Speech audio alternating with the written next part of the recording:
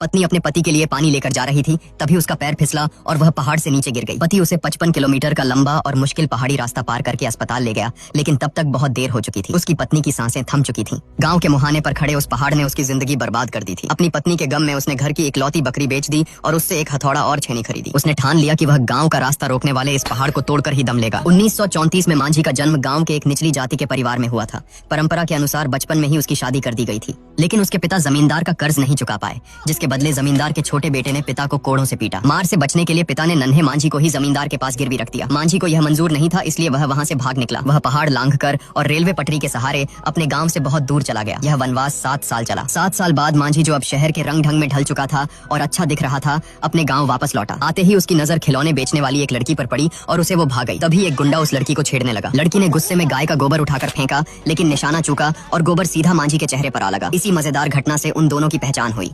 तभी गांव के पास कस्बे में लोगों का शोर सुनाई दिया। पता चला कि सरकार ने कानून पास कर दिया है और छुआछूत व ऊंच नीच की जाति प्रथा को खत्म कर दिया है। मांझी भी खुशी में भीड़ के साथ झूमते हुए नाचने लगा, क्योंकि अब वह इज्जत से और सीना तान कर अपने घर जा सकता था। लड़की से विदा लेकर मांझी पहाड़ पार करके अपने गाँव पहुंचा। 7 साल बीत चुके थे, लेकिन गाँव में कुछ नहीं बदला था। पुराने जमींदार का बेटा अब और भी बड़ा तानाशाह बन गया था और गाँव पर राज करता था। मांझी ने बड़े उत्साह से उस छोटे जमींदार को नमस्ते किया, लेकिन जब जमींदार ने देखा कि यह वही फैशनेबल नौजवान कोई और नहीं बल्कि सालों पहले भागा हुआ मांझी है, तो उसने उसे जोर से धक्का दे दिया। मांझी ने उन्हें समझाया कि अब जाति पाति का भेद खत्म हो चुका है, लेकिन छोटे जमींदार को कानून की कोई परवाह नहीं थी। उसने मांझी की एक न सुनी और उस पर लात घूंसों की बरसात कर दी। खून से लथपथ मांझी जब अपने घर पहुंचा तो वहां उसे अपने पिता के गुस्से और मार का सामना करना पड़ा। वह इतने साल घर से दूर रहा था कि अपनी माँ का आखिरी चेहरा तक नहीं देख पाया था। अब जब मांझी वापस आ गया था तो परिवार ने तय किया कि बचपन में जिस लड़की से मांझी की शादी हुई थी उसे अब घर ले आते हैं, ताकि गृहस्थी शुरू हो सके। लेकिन लड़की का पिता इसके लिए तैयार नहीं था। वह अपनी बेटी की शादी कहीं और करने की तैयारी कर चुका था। दोनों समधियों के बीच गाली गलौज होने लगी और नौबत मारपीट तक आ गई। तभी वो लड़की बाहर आई। उसे देखते ही मांझी के होश उड़ गए। यह तो वही लड़की थी जिससे वह शहर में टकराया था। बचपन की वो दुल्हन वही थी। मांझी ने अपने ससुर को धमकी दे दी कि अगर इसकी शादी किसी और से करने की कोशिश भी की तो मुझसे बुरा कोई नहीं होगा, पर उसके ससुर ने उसे धक्के मारकर घर से निकाल दिया। लेकिन मांझी कहाँ मानने वाला था। उसने फगुनिया को रिझाने के लिए तरह तरह के पापड़ बेले और आखिरकार उसका दिल जीत लिया। परिणाम यह हुआ कि मांझी उसे लेकर भाग गया। पकड़े जाने के डर से दोनों ने कीचड़ के दलदल में छिपकर अपनी जान बचाई। वक्त बीता और उनके घर एक बेटा और एक बेटी हुई। जिंदगी बहुत ही सुकून और खुशी से चल रही थी। तभी 1959 का वो मनहूस दिन आया। फगुनिया गर्भवती थी, फिर भी वह पहाड़ चढ़कर काम कर रहे मांझी के लिए खाना और पानी ले जा रही थी। तभी अचानक गांव के मुहाने पर उस पहाड़ी रास्ते पर उसका पैर फिसला और वह नीचे खाई में गिर गई। इलाका इतना पिछड़ा था और अस्पताल जाने के लिए पहाड़ घूमकर 55 किलोमीटर का चक्कर लगाना पड़ता था। जब तक मांझी उसे अस्पताल पहुंचाता तब तक उसकी सांसें थम चुकी थीं। उस पहाड़ ने मांझी की दुनिया उजाड़ दी थी। ताकि यह हादसा किसी और के साथ न हो, मांझी ने घर की आखिरी बकरी बेच दी और उससे एक छेनी और हथौड़ा खरीद लाया। उसने कसम खाई कि वह इस पहाड़ का गुरूर तोड़ेगा और बीच से रास्ता बनाएगा। गांव वाले उसे पागल कहकर उस पर हंसते थे, ताने मारते थे, लेकिन मांझी का हौसला कभी नहीं डगमगाया। उसे यकीन था कि वह रास्ता बनाकर ही रहेगा। देखते ही देखते 2 साल बीत गए। मांझी रोज पहाड़ तोड़ता रहा, छेनी हथौड़े घिसते रहे, बदलते रहे। ऐसे ही 5 साल बीत गए। एक दिन वहां से एक पत्रकार गुजरा और उसने मांझी की इस जिद के बारे में सुना। मांझी ने अपना समय बचाने के लिए अब घर जाना भी छोड़ दिया था और पहाड़ पर ही अपना डेरा जमा लिया था। 1 साल बाद जब वह पत्रकार वापस आया तो वह यह देखकर दंग रह गया कि मांझी अब भी पहाड़ तोड़ने में लगा हुआ है। वह उस पागल आदमी से मिलने खुद पहाड़ पर गया। पत्रकार को समझ नहीं आ रहा था कि आखिर किस चीज ने मांझी को इतना पक्का इरादा दिया है। मांझी ने उससे कहा, लोग कहता है हम पागल हैं, जिंदगी खराब कर रहा है। ये भीतर का घाव है, जब तक ये टूटेगा नहीं रहेगा नहीं। बहुत भारी काम ले लिए हैं, टूट जाए तो बताइएगा, आपका फोटो छाप देंगे अखबार में। पहाड़ तोड़ते हुए 6 साल बीत चुके थे। अब पहाड़ के बीच से थोड़ा रास्ता बन गया था और लोगों ने उस रास्ते से आना जाना शुरू कर दिया था, जिससे उनका 1 घंटा बचने लगा था। उसी दौरान पत्रकार और मांझी की फिर बात हुई। पत्रकार थोड़ा शर्मिंदा था। उसने बताया कि वह कॉलेज से एक ईमानदार पत्रकार बनने का सपना लेकर निकला था, लेकिन अब वह सिर्फ नेताओं के हाथ की कठपुतली बनकर रह गया है। मांझी ने भोलेपन से पूछा, तो तुम अपना खुद का अखबार क्यों नहीं शुरू करते? इतना बड़ा बात आप इतना आसानी से बोल दिए। अखबार निकालना इतना आसान काम है क्या? पहाड़ तोड़े से भी मुश्किल है का?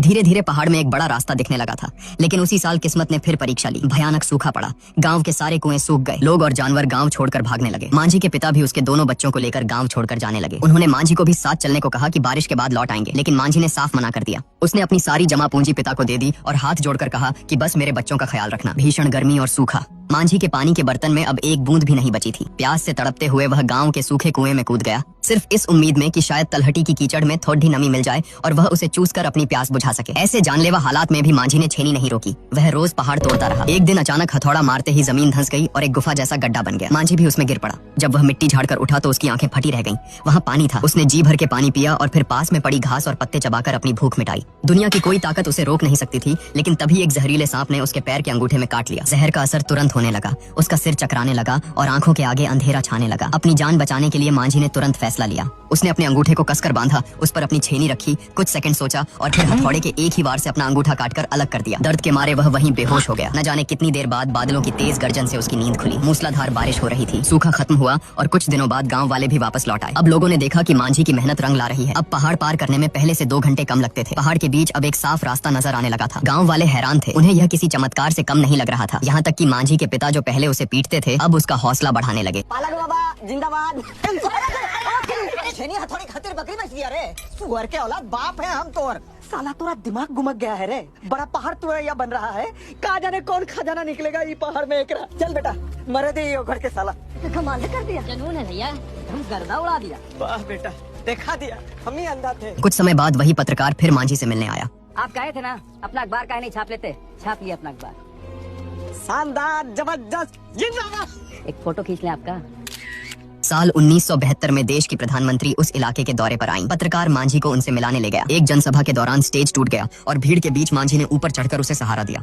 मौका पाकर मांझी ने प्रधानमंत्री से सड़क बनवाने की गुहार लगाई। खुश होकर प्रधानमंत्री ने अपना फूलों का हार मांझी को पहना दिया। पत्रकार ने तुरंत यह फोटो खींच ली। मांझी को पहाड़ तोड़ते हुए 12 साल हो चुके थे। गाँव का वह छोटा जमींदार जो अब मुखिया बन गया था, जब अखबार में मांझी की प्रधानमंत्री के साथ फोटो देखी तो उसके दिमाग में एक चाल आई। उसने सोचा कि मांझी के नाम का इस्तेमाल करके सरकार से सड़क के लिए पैसे ठगे जा सकते हैं। वक्त का पहिया घूमा और 1975 आ गया। एक दिन मांझी ने देखा कि मुखिया उसके द्वारा तोड़े गए पत्थरों को बेच रहा है। उसे शक हुआ। वह भागकर अपने पत्रकार दोस्त के पास गया। तब पता चला कि सरकार ने सड़क के लिए 20 लाख रुपए भेजे थे, लेकिन वह सारा पैसा मुखिया और सरकारी अफसर मिल बांट कर खा गए। गुस्से से आग बबूला होकर मांझी मुखिया के पास गया, लेकिन मुखिया ने उसे धक्के मारकर बाहर निकाल दिया। मांझी ने हार नहीं मानी। उसने ठान लिया कि वह दिल्ली जाकर सरकार से इंसाफ मांगेगा। चूंकि उसके पास टिकट के पैसे नहीं थे, उसे टीटीई ने ट्रेन से नीचे धक्का दे दिया। मांझी ने भी जिद पकड़ ली। उसने तय किया कि वह रेलवे पटरी के किनारे किनारे पैदल ही दिल्ली जाएगा। लोग उसे पागल कह रहे थे क्योंकि सफर 1300 किलोमीटर का था। रास्ते में कड़ाके की ठंड थी। ठंड से बचने के लिए मांझी ने सड़क पर गिरा एक बैनर उठाया और उसे चादर की तरह ओढ़ लिया। उसने पता भी नहीं चला कि अनजाने में वह एक आंदोलनकारी जैसा दिखने लगा था और देखते ही देखते उसके पीछे विरोध करने वालों की एक बड़ी भीड़ जमा हो गई। हजारों लोगों की भीड़ के साथ मांझी दिल्ली पहुंचा, लेकिन प्रधानमंत्री आवास के बाहर ही उसे रोक दिया गया। मांझी ने वो पुराना अखबार निकाला जिसमें प्रधानमंत्री के साथ उसकी फोटो छपी थी, यह सोचकर कि शायद इसे देखकर उसे अंदर जाने दिया जाएगा। लेकिन सुरक्षा कर्मियों ने न केवल उसे धक्के मारे बल्कि उस अखबार के टुकड़े टुकड़े कर दिए और उसे जबरन वापस उसके गाँव भेज दिया। टूटे हुए सपने लेकिन अटूट हौसले के साथ मांझी वापस गाँव लौटा और फिर से पहाड़ तोड़ने में जुट गया। लेकिन अब हालात बदल चुके थे। अब वह अकेला नहीं था। उसकी लगन देखकर गांव के और लोग भी उसके साथ जुड़ गए और हाथ बंटाने लगे। यह देखकर उस दुष्ट मुखिया से रहा नहीं गया। उसने वन विभाग के अधिकारियों के साथ सांठ-गांठ की और मांझी को गिरफ्तार करवा दिया। इल्जाम लगाया गया कि वह सरकारी संपत्ति चुरा रहा है और अवैध रूप से पत्थर काट रहा है। मांझी जेल में था। तभी उसके पत्रकार दोस्त ने गाँव वालों को इकट्ठा किया और थाने के बाहर जबरदस्त विरोध प्रदर्शन शुरू कर दिया। पुलिस थाने के बड़े साहब समझ गए कि यह वन विभाग वालों की काली करतूत और आपसी रंजिश है। उन्होंने वन विभाग वालों को फटकार लगाई और मांझी को बाइज्जत बरी कर दिया। मांझी फिर अपने मिशन पर लग गया। वक्त का पहिया घुमा और साल 1982 आ गया। पहाड़ तोड़ते हुए मांझी को अब 22 साल हो चुके थे। आखिरकार वह दिन आया जब मांझी और गांव वालों ने मिलकर पहाड़ के रास्ते में खड़ी आखिरी चट्टान को भी उखाड़ फेंका। पूरा गांव जश्न में डूब गया। ढोल नगाड़े बजने लगे। उस जश्न की भीड़ में मांझी की बूढ़ी आंखें कुछ और ही देख रही थीं। उसने ऐसा लगा मानो उसकी जवानी लौट आई है और उसकी फगुनिया उसके साथ वहां खुशी से नाच रही है। उसने अपना वादा पूरा कर दिया था। 22 साल की दिन रात की मेहनत के बाद मांझी ने उस विशाल पहाड़ के बीच से रास्ता बना दिया था। भले ही यह रास्ता सिर्फ 110 मीटर लंबा था, लेकिन इसने दोनों कस्बों के बीच की 55 किलोमीटर की दूरी को घटाकर मात्र 15 किलोमीटर कर दिया था। साल 2007 में गाल ब्लैडर के कैंसर के कारण 73 वर्ष की आयु में दशरथ मांझी का निधन हो गया। बिहार सरकार ने उनके महान बलिदान और योगदान का सम्मान करते हुए उनका अंतिम संस्कार राजकीय सम्मान के साथ किया। मांझी के काम पूरा करने के 30 साल बाद सरकार ने आखिरकार उस कच्चे रास्ते को पक्का किया। आज वही रास्ता उस इलाके के लोगों के लिए जीवन रेखा बना हुआ है। यह थी एक ऐसे जिद्दी इंसान की कहानी जिसने प्यार की खातिर छेनी हथौड़े से विशालकाय पहाड़ का घमंड तोड़ दिया।